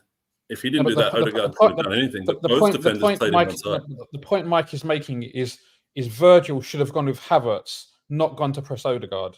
I just disagree. I think that's not an error. You can't consider that an error. What I consider an error directly leading to a goal. That's my opinion about whether it's an error or not. I mean, I'm just saying an error directly leading to a goal is not stepping forward. I would say an error leading to a goal is like the chemicalistic situation that happened with the 2 goals. I tried to use the second goal was 100%. The second goal was 100% undoubtedly unforced. I don't think there's any debate about it. The second goal for Arsenal and the first goal for you, those are unforced errors. I mean, those are errors basically. But the rest of the goals, both of them were forced. Like, Diaz was on Saliba and Martinelli was on Van Dijk. If Martinelli wasn't running around the back of Van Dijk, then it wouldn't have happened, right? I meant errors, not unforced. Well, I mean, I'm saying he said they're all unforced, but if you were to look at it, Saliba should not be guiding the ball to Raya. That ball should be cleared. It should be a corner, and that's the last play of the Raya half, should collect it. Right. And then Virgil should not be trying. Virgil should not be trying to guide that ball to Alisson. He should just be heading it away. Or, you know what? Like, Alisson, what are you doing charging at it? Like, Virgil has the body positioning. Just wait at the top of the box, right? Those are unforced errors. That's individual mistake by that individual player's mentality, because they are forced. Because at the end of the day, your player has to get around Saliba to tap it to force the own goal. Martinelli has to be there and let the ball land in front of him to shoot. It's not a situation where they have to continue with the play. The thing is, the defenders in both scenarios thought the play was pretty much done. They thought the goalkeeper was going to come, or they were eventually going to clear it away. But in both situations, they messed up. I would say your situation is more on the center back, and the goalkeeper is not as involved because the goalkeeper is coming outside of the box to clear it. Where in our situation, Raya and thing, they're in the box. They need to communicate better. Where your situation, it just seems like Van Dijk. What was he thinking? By the way, and the only goal, the goals that are mistakes are the goal that Alisson and Van Dijk had a howler. It's a mistake only on Alisson because Van Dijk had it covered. I think it's more Alisson than Van Dijk. It's guys, Van Dijk had it covered, and I think Martinelli was behind him, and he had his body in the right place. Alisson is the one who's a mistake 100%. Van Dijk has no mistake here, and Alisson coming out to shout and miss it, that makes it even worse. It's completely 100% on Alisson. And for the goal for Arsenal, Saliba isn't a mistake here. It's not on Raya. And even if Raya shouts, you know that the player is behind you. Freaking clear it. In the first game, Zuma cleared the ball and clattered into Iraola because he did not trust that, I think it was Højlund behind him, that he's not, or Rashford was going to get it. The defender has to clear it here. Saliba waited 3 seconds before he clears it. It's completely, these are the two mistakes that happened in the game. As for the goal for Arsenal, the first one, it's not a mistake on anybody, on anyone. It's a brilliant play by Arsenal by design, where Odegaard dropped in the space between the midfield of Liverpool, who were non-existent defensively, and the defense. Van Dijk had to step up, and Konate had to slot in instead of going to the player out wide. The one that is in the mistake here is Trent Alexander-Arnold and Jurgen Klopp. Jurgen Klopp didn't have a right back to defend today. Every time, and I said that on Hossam's stream, and people here probably heard me say it, every time Martinelli was going one-on-one on Konate, Konate had to worry about Kai Havertz behind him and the one-on-one. And even with Kai Havertz, he had to worry about him, right? It's on Trent being a right back. People don't realize this. Trent is a brilliant player going forward. Jurgen Klopp built a system for Trent to go forward without putting a player to cover Trent today. But he wasn't. If you watch the goal, Odegaard has abundance of space, and anyone that played football knows that the center back at this point has to step up because he was already committed to closing that space on Odegaard. It's the problem with Konate being 10 yards behind him. By the way, when the ball was playing to Odegaard, Van Dijk already committed to go and close Odegaard down. The whole line should go up with him. Konate stayed 10 yards behind, and Havertz exploited that space. And that's by design, because Konate was worried about Martinelli on the right side, because Trent was in no man's land. But it's not Trent's fault. It's Klopp who tells Trent exactly to go who plays Trent attack, as a right back. And he shouldn't because he should be in the midfield. And I said that on Hossam's stream at the end. Trent is in no man's land defensively. Konate was left isolated with two players. He had to mark Kai Havertz, who was running. By the way, Kai Havertz was running from the midfield. And Martinelli was holding the line. It's not on Van Dijk. People want to pin it on Van Dijk. Van Dijk, when every defender makes that press to pressure the midfield. Odegaard is the most creative player on Arsenal squad. Getting the ball with all this space around him, the defender has to step up. The rest of the line has to step up with him. It's not his fault that nobody watched him, that they stayed 10 yards behind. But I think Trent has to go up like Zinchenko has to go up. Like, you just have to accept that that's how your team's going to play. No, I disagree. Why is Trent marking Zinchenko? Why isn't Gakpo going back with Zinchenko and Trent, who the whole heat map is on the right side? You know, if you watch the heat map of Trent Alexander-Arnold, it's all right side without the defending. To be fair, the whole Liverpool midfield was non-existent. The whole Liverpool midfield was non-existent. Yeah, like, but Igal, the whole game, freaking Martinelli had a field day with 50 yards to run at Konate, bro. The whole game. How is that even possible, bro? Trent was put in the traditional right back position today and offered absolutely nothing defensively or going forward. He wasn't inverting. He wasn't in the center of the park. No, I have no idea what the game plan was. To me, it looked like McAllister. It looked like Trent is there.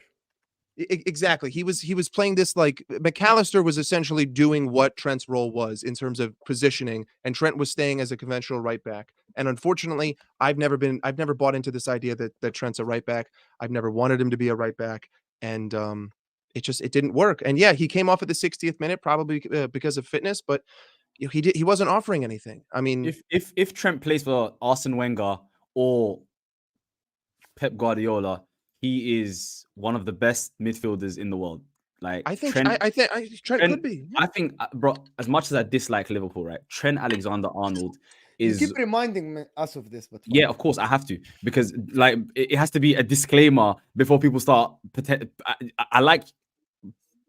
Anyway, Trent is one of the most pure football players that we've seen in a very, very long time. Left foot, right foot, the way he controls it, the way he passes it, the weight of pass, everything is just so perfect to watch. And I think that's a little bit wasted at right back. And I agree. I understand when he's inverted, it gives you an added number in midfield, but it puts too much strain on people like Konate. But that's why you've got Konate. Like he's. Only if you've got a Saliba or Konate, I'm saying it puts you take that risk. Too much strain on guys like Konate. As good as Konate is, by the way, you never want to have your centre back isolated against someone like Martinelli, who is blisteringly quick. By the way, I haven't seen that kind of pace that we saw in the first half for a very, very long time from Martinelli to have that kind of space. The guy literally ran next to Konate, just ran, and then he got past him. Yeah, it was wonderful, but I hear this all the time with Zinchenko. I wanted to ask Crack a question here. Wait, one quick. Go ahead. People say all the time Zinchenko should play in the midfield. He's the best midfield. He should play left 8. But like that completely negates what we're trying to do there. We're trying to take one of our defenders and turn them into a midfielder through the formation and possession, right? And I think Trent has that same kind of obligation. He's quarterbacking, and if he doesn't get the ball, you don't get those crosses into the box that you guys could generate your best chances off. So it's like it's a double-edged sword, and we're both. That's where the game's won and lost is, who can take advantage of someone's, defender being completely out of position. And I think we did that well in that first goal because we had Martinelli outside. Kai was outside, but running inside. And Odegaard was popping up there. So Konate had a guy in front of him, a guy behind him, all over the place. I wanted to ask Crack a question, to be honest. Can we let Mike talk? Sam, Mike spoke for a bit. He ranted. Omar Rushd is saying Liverpool line up differently with Mo Nunes on top. I actually agree. And I think, yes, Arsenal will be different if Mohamed Salah plays. AMT saying, panel, did Odegaard play well? Rate from 1 to 10. Egal. 7.5. Martin? I would say 8 because the press and the defensive shape was what won us that game. Yes. Okay. Right. Question.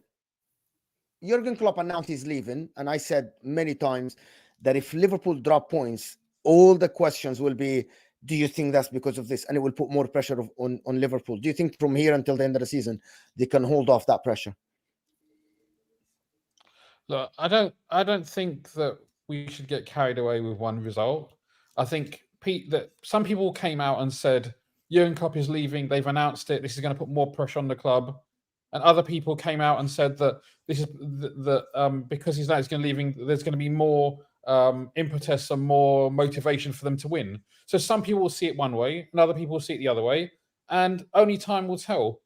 I would be being positive. I would like to think that would give just a little bit more motivation to the players and people and the fans and all that kind of stuff to push us over the line. But I don't know.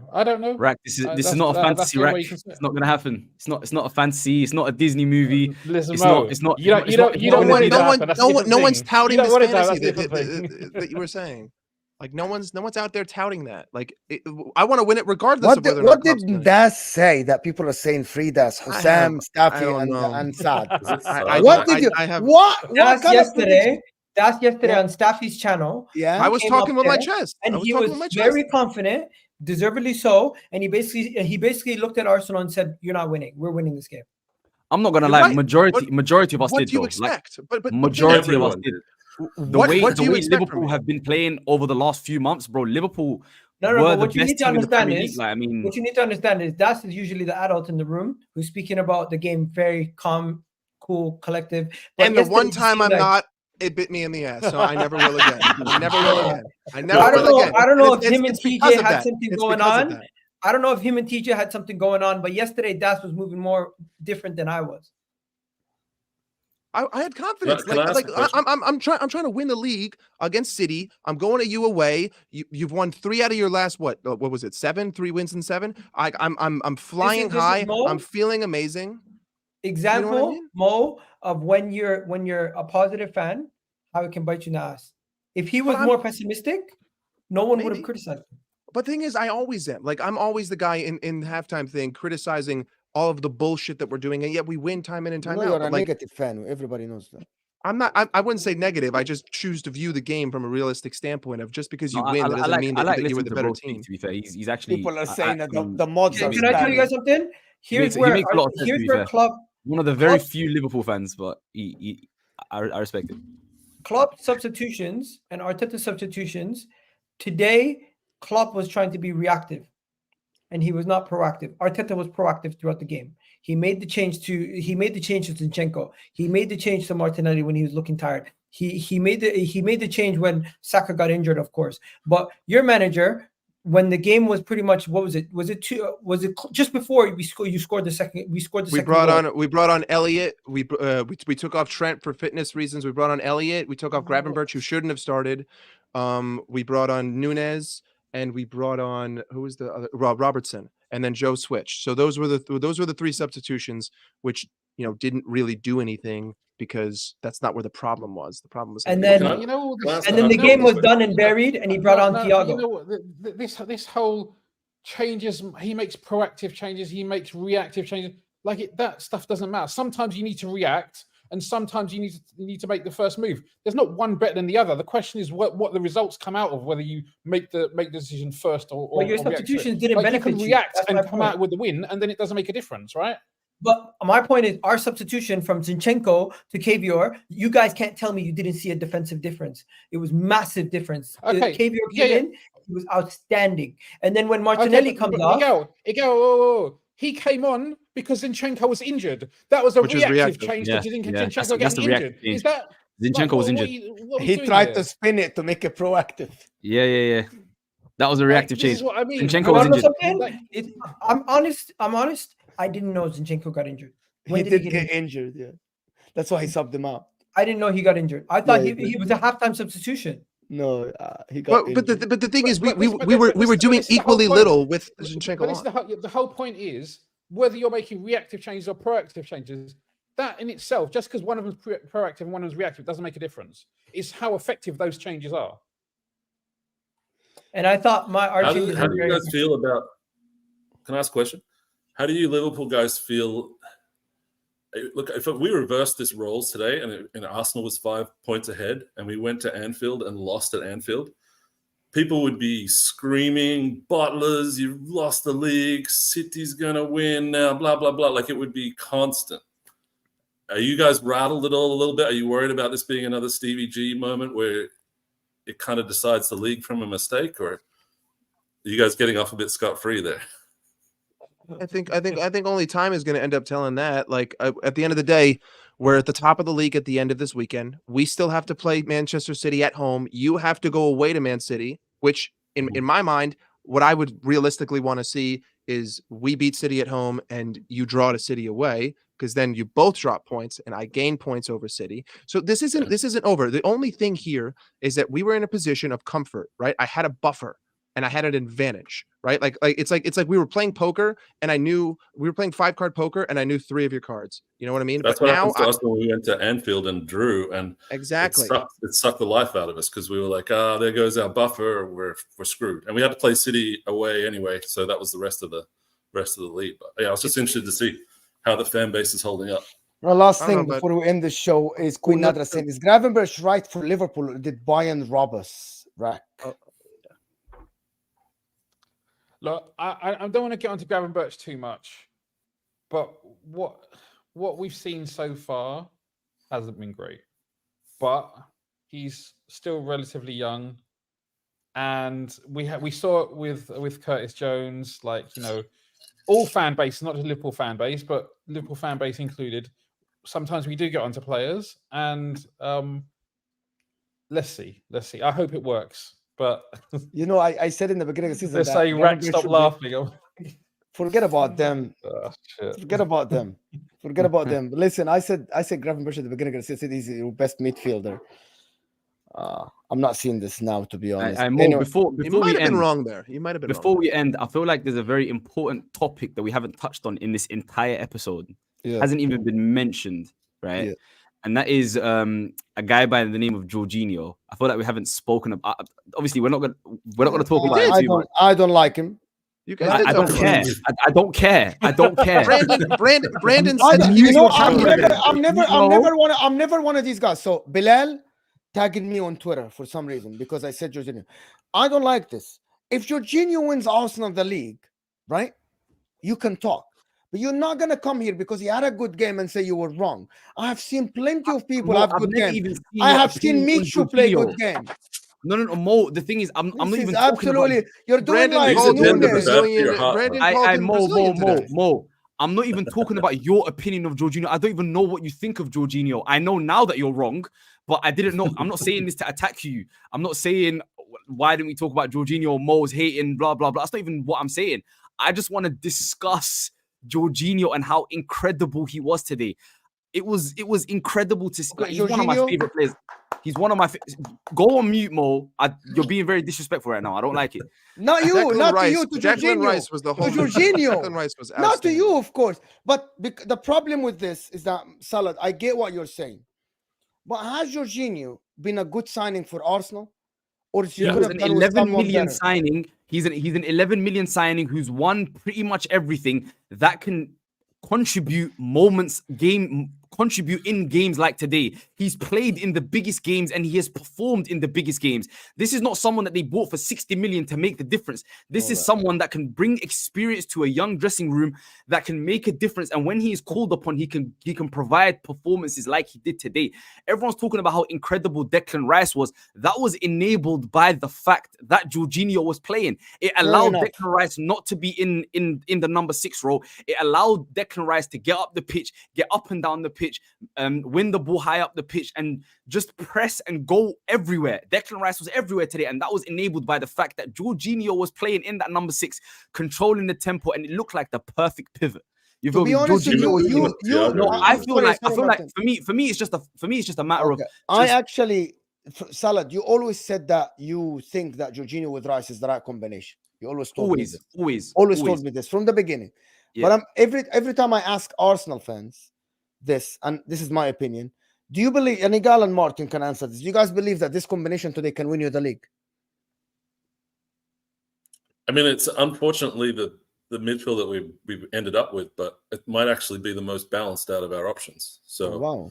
All right, then. I would prefer to see Kai doing his thing in midfield and actually proving his value there, but yeah, we haven't really got any other option, and I think Jorginho he kind of doesn't roll like. I actually think that this is only gonna work against a team like Liverpool. I don't think having Declan Rice and Jorginho is needed against 16. Let me tell you why you're wrong, Mo. Because in a game against a low block, Jorginho is known to have the ability to unlock defenses from deep. Wow.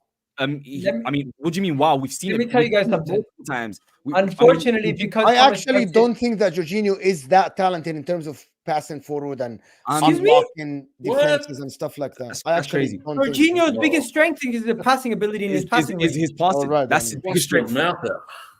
I actually see Jorginho passes to the next guy. That's what I see. Jorginho in Italy does the same. Do you not see his passes over the top? That's crazy. He does it. That's his compilation. The one that stood out to me the most. The one that stood out to me the most. Martinelli. In the first half, Mo, when he gets an opinion on a player, he's got like no. This is why people start hashtagging things like Mo Gender. Do you know what I'm trying to say? Because he's got an opinion of a player, and there's nothing they can do to change that.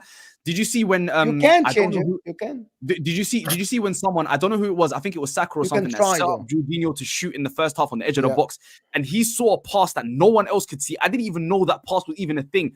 And if Martinelli has a better touch there, that's 2-0 Arsenal. People stuffy. You feel me? It was absolutely like Jorginho was magnificent, and in a game where teams have 2 banks of 4 or whatever, Jorginho either can pick out the pass from deep, and also by enabling Declan Rice to get into the box a bit more, his physicality, when you put a cross into the box, he can contribute in that way. I mean, it gives Arsenal a whole different variation of options by having Jorginho play, in my opinion. And it's just vindication for someone like me who stood behind Jorginho for so many years, and when he signed for Arsenal, saying he could be very important for Arsenal. Maybe not as a starter, maybe not someone that they can rely on every single game, but he can definitely give games like this on a regular basis.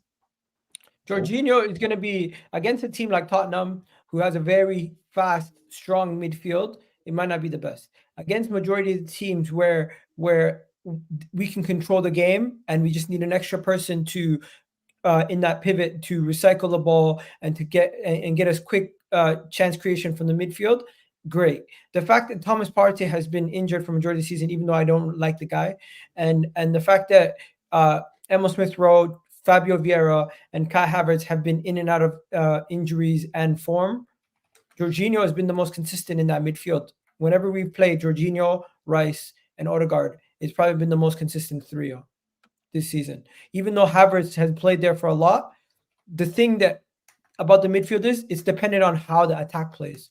If the attack is firing, if the attack is firing, honestly, it doesn't matter what midfield we put in there. It's just the attack is not consistent. So the midfield needs to be right. Listen, I get what people are saying about Jorginho. I actually think that... Go watch the game again, Mo. No. There is a reason why Jorginho was on the thumbnail today. But that's what I mean. He had a brilliant game today. He's probably one of the best players on the pitch. The best player. Like Arsenal won 3-1. There's no one that anyone should be criticizing except for Kai Havertz for missing that absolute. But that's what alone, you like. Listen, Martin, and that's the thing. I'm looking at games like a lot of Inter fans, for example, will give like you say Mkhitaryan played a good game in the beginning of the season, played 2 good games, and I'm like, yes, but I need to see this consistently. I'm watching Jorginho. He plays for Arsenal sometimes. I think he's too slow. I think he's older. I think physically he's weak. I feel that he is good when there's people to work hard around him, right? And when he like gets in the team is dominating the midfield. And I think that because every time today he was holding the ball, I think he was like, yes, he wasn't holding the physical battle. He was winning free kicks and stuff, which is something that he does well. Him and Verratti, they do this very, very well. It's something that known for the registas in Italy. They do that a lot. But actually, for me, yes, he played good today. But nobody was saying Jorginho should start against Liverpool. It feels like when you were doing your watch along, every time Jorginho had the ball, you just went to look at the chats and stuff. That's what it just feels like. It feels like you didn't. When we played against City, we played Jorginho too. So why do I have Jorginho on the thumbnail then? When we're getting pressed, Jorginho is the guy that like releases the pressure. So Liverpool, City, the big games, you've seen Jorginho do the job. I think he does what Thiago does for Liverpool, and why they've missed Thiago. They don't have that unpressable presence there. To be honest. Like the fact that Jorginho is compared to Thiago. The fact that that's what you heard. No, more. The fact that is what you heard from what Martin was saying, it just tells us everything we need to know. The fact that what Martin said, you took Jorginho, Thiago comparison, it fits the agenda. That just tells us everything we need to know. The agenda. It's simple. It fits the Thiago agenda. came on and he did nothing. It literally fits the agenda. It's insane. Thiago hasn't played for about 9 months. That was his first. I know, but this isn't rational analysis. We're just agenda hating, right? Listen, people, I want to thank everybody that joined us. People, we still have 500 people here at 1 in the morning in the UK, which is crazy people. And listen, oh my God. Listen, for the people that just walked in from United Spirits of America, just like the video, but we're about to end this, to be honest. Moses, Inter agenda. Listen, and I just want to say that Inter, we are the best team in the world at the current moment.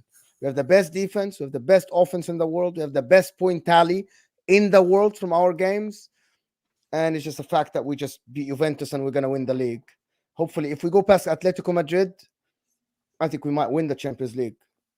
And just to confirm, Arsenal are not on your level, right? Absolutely not. Igal, do you think Arsenal are on Inter's level in terms of like as a big club, not as a fan base? You're better than us. No. Hold on. Don't tell me play me or not play me, right? Do you think Arsenal as a club in the history, right? Forget the fan base, are compared to a team like Inter? You have a bigger history than us. Oh, Wallahi, that's all I'm saying. You know, they have a bigger fan base. They speak English. They are in the Premier League. Simple as that. Right? I mean, historically or versus now? Like, is Inter a bigger team now? Over the past 100 years, we aren't comparable. Listen, Mo, is Inter a bigger club than Arsenal? Listen, guys, Arsenal are massive everywhere they go. Everyone knows that. One second. Are Inter a bigger club, like based on what people view Inter compared to Arsenal based on their history? Yes. History but would you say Arsenal is a bigger club and has a bigger? Right, listen, have a bigger fan base. We're not even comparable. 1 second, we have a much bigger fan base. Yeah, exactly. We aren't even comparable. Yeah, so based on fan imprint, we're bigger. Do you know that Spurs might have bigger fan base than Inter? Do you know that? Yeah. Do you know that you have bigger fan base than AC Milan? Do you think you're remotely remotely close to AC Milan? Juventus. Exactly. Do you think you're remotely close to AC Milan, for example? I'm not talking about success. I'm just talking about exactly. That's all I'm talking about. Who would you rather face in a game, AC Milan or Arsenal? If you're Inter right now, you'd rather face. Of course, I would rather face fucking AC Milan. The fucking we beat them 5-0, bro. Okay, all right. I was just okay, Mo. We beat them 5-0, bro. 5-0. I'll tell you this: if we face each other in the Champions League, you'll be shocked if you try to play us. If you try to play us the way that you play some of these other teams. Don't talk to Mo about Champions Leagues. We've been down this road. He gets angry. He starts hating on Arsenal for weeks. We don't need that. I remember after the PSG game, he told me purposes, I would love to see that matchup. I would love to see Inter Milan. I'm not allowed to say that. Mo gets angry. He's like, "How dare you want to face?" I would love to see them to meet. I would love to see them meet in the quarterfinals of the Champions League because the way Arsenal play, it could cause problems for Inter. I know Inter Milan are playing the best football in the world right now. Inter Milan are unplayable at times at the moment. Like I know that from experience because I watched Serie A. That's my league, you know. But Arsenal have something, bro. What Arsenal showed me today changed my outlook on Arsenal 180 degrees, bro. Today, bro, it was incredible. Shout out to you lot, man. They were absolutely brilliant. Actually, I think they outplayed Man City as well. Do you guys know that Arsenal actually against teams like City and Liverpool, they actually outplayed them? People want to say, but Man City had the chance. You guys were watching the same game. Arsenal were all over them. They managed the game well. And hats off to Mikel Arteta. You want to know something? I think we have better odds of winning the Champions League than the league right now. There we go. Oh, he just opened up a whole new can of worms.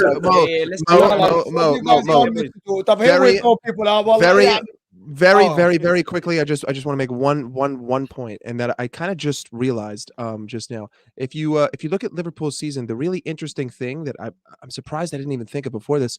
We've only beat one team in the top 5 this season, and we're top of the league. That's kind of scary. And that team was Aston Villa, and that was 3-0 at home, I believe, and that was at the very beginning of the season. So we still haven't beaten a team in the top 5. Oh, I'm sorry, top 6 because United are top 6, but we have beat West Ham, which is kind of pathetic, to be honest. Now that I'm thinking about it, it's like that total opposite of Arsenal.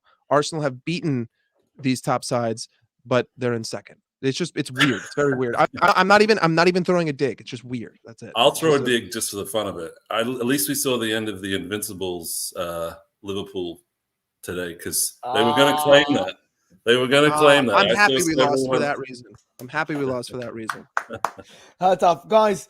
We're only like 17 likes away from 300. So can we get to the like button is underneath the live chat. Close the live chat, hit the like button, get us to 300 before you go. It's simple. It doesn't cost you a penny, but it helps the channel. I've seen it on Twitter as well. I think Poch has been sacked, or he's on the verge of being sacked. Really? He's been on the verge of being sacked for like 8 months, my guy. Okay. Guys, like the video before you go and stop. It ain't easy. Okay, listen. Mike Das is the best panelist here. Salad out. Sorry, Judge Mo. I don't know. Hold that, Staffy. What are you doing coming in here and chatting shit to all these wonderful people? You're saying you're the best panelist. Take the compliment and run with it. No, that's totally disrespectful to the winners here. That's heartbreaking. I'm never coming on here again, bro. That's peak. Arsenal deserve all of the prop today. They won fair and square. Simple as that. Okay. See you guys. We're out of here, people. Peace.